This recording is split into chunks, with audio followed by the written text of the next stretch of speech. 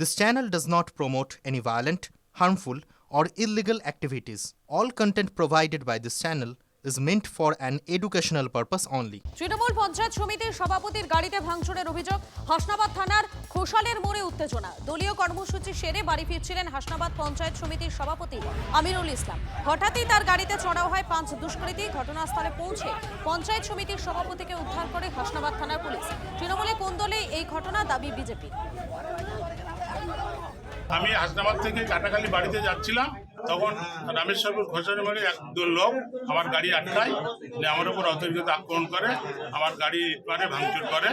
আমি পুলিশকে খবর দিলে পুলিশ বলে যে আপনি থাকেন, যাচ্ছি। আমি এখানে আছি, পুলিশ এসছে। তারপরেও আরও তাদের লোকজন অনুগামী এসে আমাদের উপর আক্রমণ, আমাকে খিস্তি খবর করছে পুলিশের সামনে। এই এখানে স্থানীয় যারা আছে, যারা একটু হারমাত দুষ্কৃতী, এদের নামে আগেও 2-3 বার থানায় অভিযোগ করেছি আমি।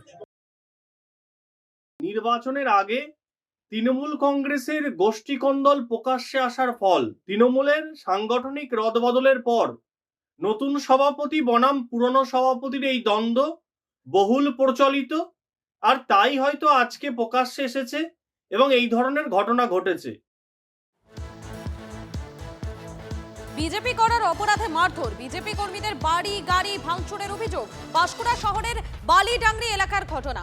অভিযুক্ত দুষ্কৃতীরা তৃণমূলের, অভিযোগ বিজেপির। হামলার প্রতিবাদে রাজ্য সড়ক অবরোধ, টায়ার চালিয়ে বিক্ষোভ। ঘটনার পেছনে তৃণমূলের কোনো যোগ নেই, বিজেপি মিথ্যাচার করছে, পাল্টা দাবি শাসক দল।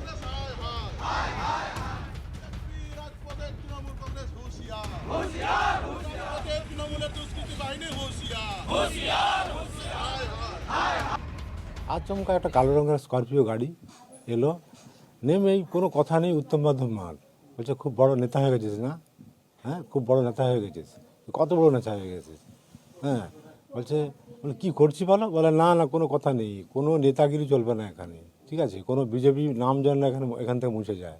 আর তোকে দেখেছি তুই যখন তখন এখানেই জয় শ্রীরামের অনুষ্ঠান, গান বাজনা, অমুক তুমুক হ্যান ত্যান, অত কিসের মাতামাতি তোর জয় শ্রীরামকে নিয়ে? আমি বলছি কেন, অপরাধটা কী আছে? বলে না কোনো কিছু চলবে না এখানে, হ্যাঁ তুই জানিস না এখানে, হ্যাঁ তুই যে এলাকায় থাকি ওই এলাকার ডন হচ্ছে আমার মামা হয়, হ্যাঁ আনিসুর রহমানকে চিনিস? আমি বলছি হ্যাঁ চিনি। বলো কে হয় জানিস? আমার মামা হয়, হ্যাঁ। আর তুই সিন্টু সেনাপতিকে নিয়ে উঠা ভাষা করছিস, সুতরাং কি তোর বাপ হয় নাকি? সোনালী বিবির পুশব্যাক প্রসঙ্গ টেনে এবারে বিজেপিকে আক্রমণ করলেন অনুব্রত মণ্ডল।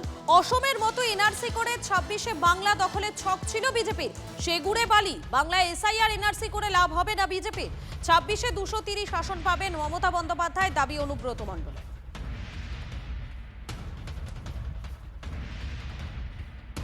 সোনালী খাতুনকে বাংলাদেশ পাঠিয়ে দিয়েছিল, কিন্তু মমতা ব্যানার্জি তাদের এগেইনস্টে কেস করে কালকে ফিরিয়ে এনেছে বাংলাদেশ থেকে। অত চট করে পারা যায় না।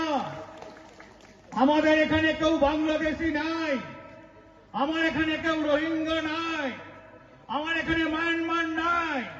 তুমি যা বলবে তাই আমরা মানব না। তুমি মমতা ব্যানার্জির উন্নয়নের কাছে হেরে গেছো, তুমি মমতা ব্যানার্জিকে পারছো না। তুমি ভাবলে আমি এসআর করব।